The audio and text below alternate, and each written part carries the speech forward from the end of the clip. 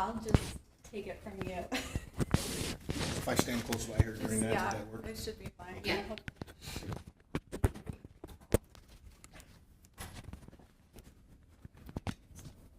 If you guys can stand a little bit closer too, just because I have a stick mic and not a. Okay. Sure. No problem. Do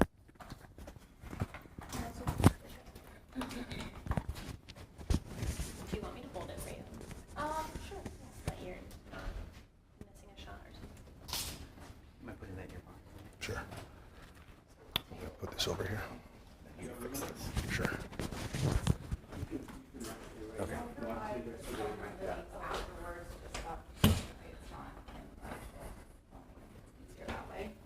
Gabby, my check. Mic check 1, 2, 3, 4, 5. Tim gets stands up right there. A little further back. And then. Well, we have a stick mic, so I just so I'm not your shot then. I don't know. Right. To start, but I'll be close to you so that they can hear No, I'm everything with the mics. Do I need to also add coppers? Nope, just me, just us. Yep. Hold on 1 second. Sure. Test, test, test. Test, test, test. And then who's speaking first, or you just? I will be speaking first, and then I will be handing it off to him. All right, can you guys come go closer together? Sure. You guys can stand closer together. Sure. With mics. Yeah. Does that work for you as well? Is that better? Okay. Yes, thank you. Can you guys hear me off of his mics? Perfect. All right, you mind holding up that white piece of paper for us? This is a check No. right So here. we can wipe out. Just That the is- back of it. Oh, Yeah. Perfect, thank you.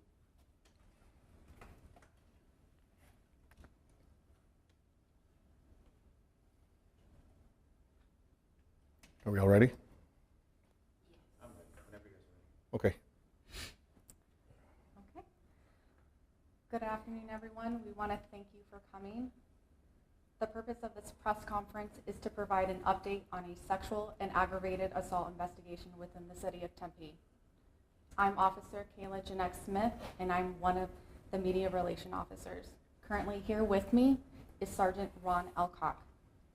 Currently, the Tempe Police Department is investigating 3 crimes in the area of South Gary Drive and East 8th Street, where we believe the suspect that I will be describing is involved in each.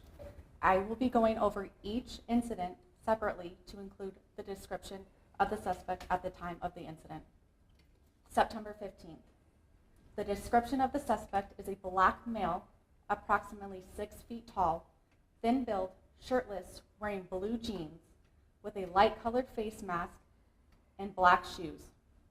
Around 4 a.m., the suspect entered through an open garage door, approached the victim while she was asleep, and the suspect was then startled by a roommate before a sexual assault occurred and fled the area prior to police arrival. October 6th. The description of the suspect is a black male, approximately 6 feet tall, thin build, wearing a white long-sleeve shirt with an unknown logo on its left breast, dark-colored pants, black shoes, and a dark-colored neck gaiter that covered his mouth and head. Around 3:41, the suspect entered the residence through an unlocked front door and sexually assaulted the victim and left the area on foot prior to police arrival. Today, around 5:50 a.m., the description of the suspect is a tall, thin, black male wearing a light-colored shirt, dark pants, and white shoes. The suspect entered the residence through an unlocked back door and approached the victim while she was asleep. The suspect attempted to sexually assault the victim before being startled by a roommate and left the area on foot prior to police arrival. These are sensitive investigations that are currently ongoing, and we want the public to know that at this time we have numerous police resources invested within all of these investigations. At this time, I'm going to go ahead and turn it over to Sergeant Ron Elcock for questions. I guess what should people be doing who live in this area? Is their safety at risk? So we see consistencies in these investigations, and the consistencies are that the suspect is entering the residences or apartments through an unlocked door. So our message is definitely lock your doors.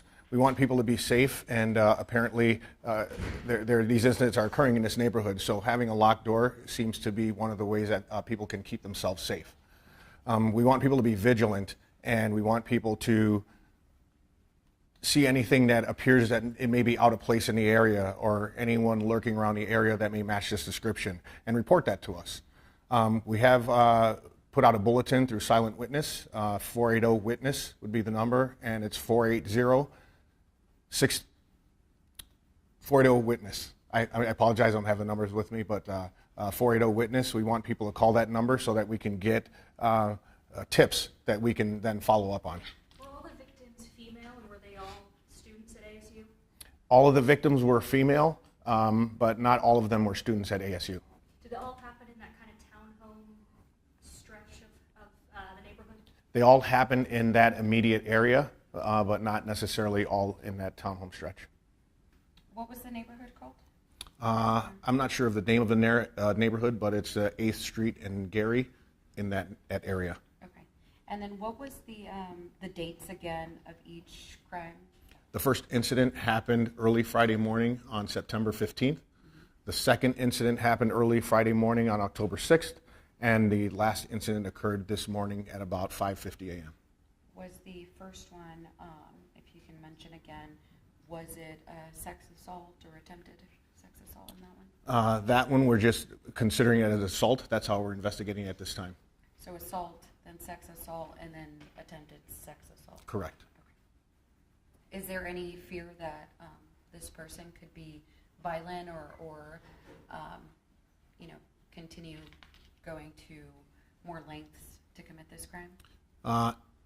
The fact that we have 3 incidents that occurred that would suggest that violence is a possibility. You don't think it's one person, not multiple? The way it's being investigated right now is that we're investigating it as if it is one person. Do you believe there could be more incidents out there involving this suspect? We're unsure about incidents out there, which is why we wanted to put the information out for people to get a hold of us and call the Silent Witness, so that if there are, they can report that. We had heard one of the victims possibly was an elderly woman. Are you able to confirm that? One of the victims was a little bit older than the other 2 victims, yes. Can you confirm any ages or age ranges of the victims? Right now, we're kind of leaving that as a part of the investigation for the age ranges of the victims, but we do know that one was significantly older than the other 2 victims. Will you have increased patrol in this neighborhood? We're using all investigative resources available to us to continue this investigation. There are resources available, and we're reaching out to all of them. There's nothing that's off the table for us. Do you believe the person was also trying to take any items? We had received like an email saying that there was possibly a sheet taken from one of these victims. I don't know if he was also trying to steal items or anything like that. Sure, that's a part of our investigation to find out everything that everything that the victims have for us. Again, we're keeping that as a part of our investigation. We don't want to give out any information that may compromise our investigation. When you say you're investigating it as one suspect, is that because the same description, or you have video surveillance that shows the same person, or how did you come to the conclusion that it's perhaps just one person? There's, based on the descriptions, and there is video surveillance that we are looking at right now, and so based on that video surveillance and all the information that we have from the witnesses and victims, we are investigating as it is one person. Do you, at this point, have you been able to identify that person that not releasing the name right now probably, but Sure. Do you have an idea of who that person might be? That's a part of our investigation, and we'll have to continue that part of the investigation. Is there any reason to believe that this might be targeted, like this suspect is targeting specific houses, or that it's just random houses that they happen to have unlocked doors to?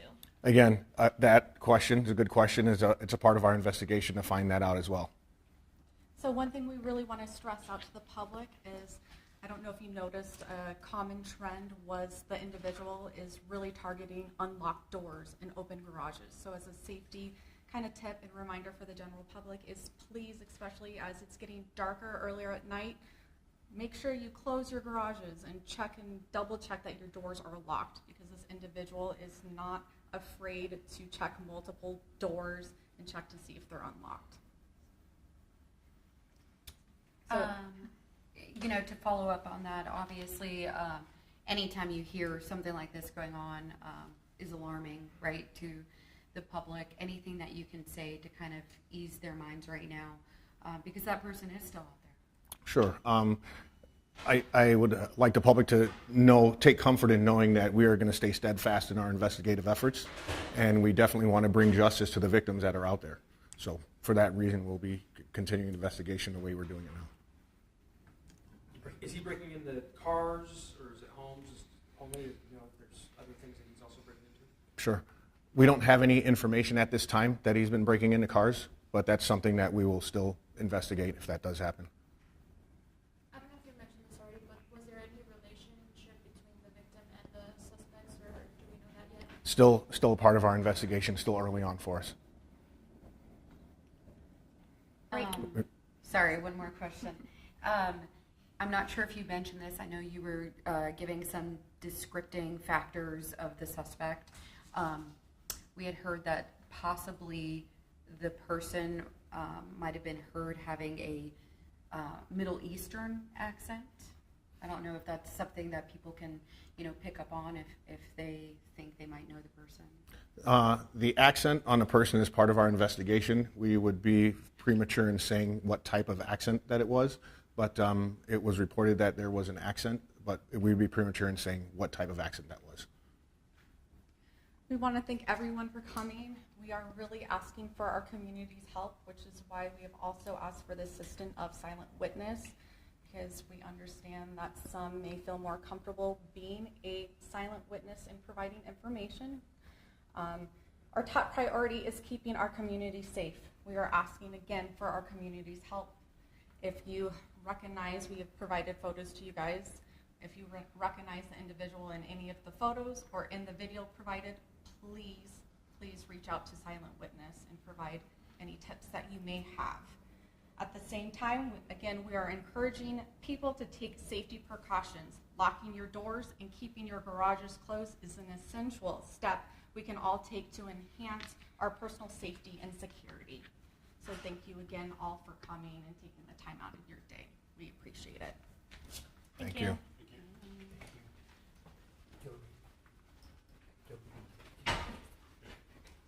Do you need first and last names? Yes. Okay. Yes. Want to keep going? Yeah, I'm still going. Sure. Hers is in the email that we have from earlier, so we should be good. First name is Ron. Last name is Elcock, spelling E-L-C-O-C-K. And I'm an SVU supervisor for Tempe PD. Special Victims Unit supervisor for Tempe PD. Thank you. It's Kayla Jeanette Smith, K-A-Y-L-A, G-N-E-C-K hyphen S-M-I-T-H. And your title? Public Information Officer. Is there any indication that there could be more victims? Still a part of the investigation. Yeah, I appreciate it. Thank you. Sorry, can you spell your first name? Sure, my first name is Ron. Last is Elcock, E-L-C-O-C-K. And I'm a supervisor sergeant in the Special Victims Unit. Sorry, E-L. C-O-C-K. Yes, ma'am. Your name? Yes, Ron. Ron. Yes, Ron. Do you know which of the top of the dates was the older person? Was that That was today.